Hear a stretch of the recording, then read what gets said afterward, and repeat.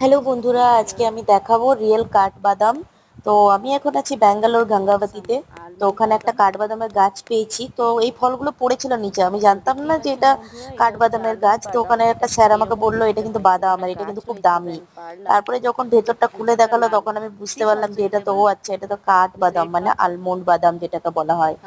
তো এই দেখো এইভাবে এটাকে, এটা পেকে গেছে, একটু কাঁচা কাঁচা দেখে নিতে হয়, মানে হালকা গ্রিনটা, তাহলে ভালো হয়। কিন্তু যাই হোক, ভালো ছিল ভেতরটা। এই দেখো পেকে গেলে এরকম লাল হয়। স্যার বলছিল যে এই লাল পাটটাও নাকি খাওয়ার, তবে আমি ঠিক জানি না।